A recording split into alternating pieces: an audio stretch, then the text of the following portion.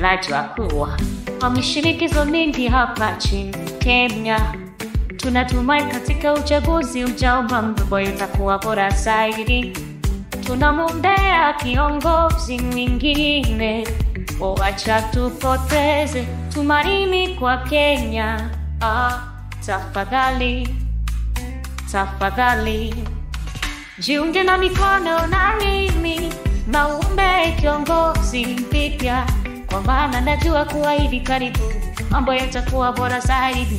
Basi tusipoteze tumaini nchini Kenya.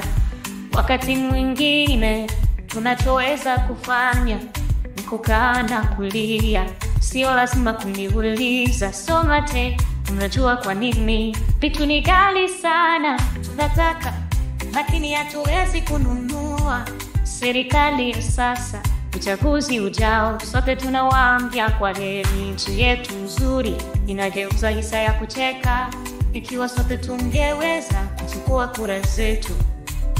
Serikali yetu ni ya ufisadi, uongozi wanakosa, wacha tupoteze tumaini kwa Kenya.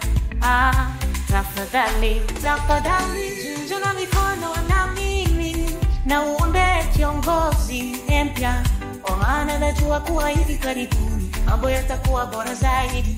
Basi tusipoteze tumaini nchini Kenya. Rais wa Burkina Faso alisimama kwa watu wake kutoka kwa IMF yote na kukopa. Anajali watu wake, wanatumaini la kesho. Je, marais wengine wa Kiafrika wamelala? Wape chai ya miti shamba ya Kiafrika, kwenye kikombe kikubwa cha kauri. Nadhani bado wamelala. Nataka kutengeneza beti, kwa sababu wengi bado ni wapumbavu na bandia wa magharibi. Jiunge na mikono na mimi, naombe kiongozi mpya, kwa maana najua kuwa hivi karibuni mambo yatakuwa bora zaidi. Basi tusipoteze tumaini nchini Kenya.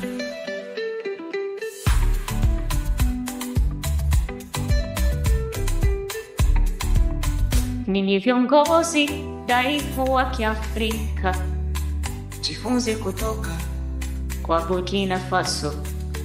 Watu Ufaransa kama mabwana wao watumwa, hao watumwa. Hapa Kenya ni ngumu sana, hakuna kazi, hakuna wakati ujao, ni kama meli ya kuzama. Kila siku mtu uteseka, kwa sababu hatuna viongozi wazuri. Wacha tupoteze tumaini kwa Kenya. Tafadhali jiunge na mikono na mimi, naombe kiongozi mpya, kwa maana najua kuwa hivi karibuni mambo yatakuwa bora zaidi. Basi wacha tusipoteze tumaini nchini Kenya.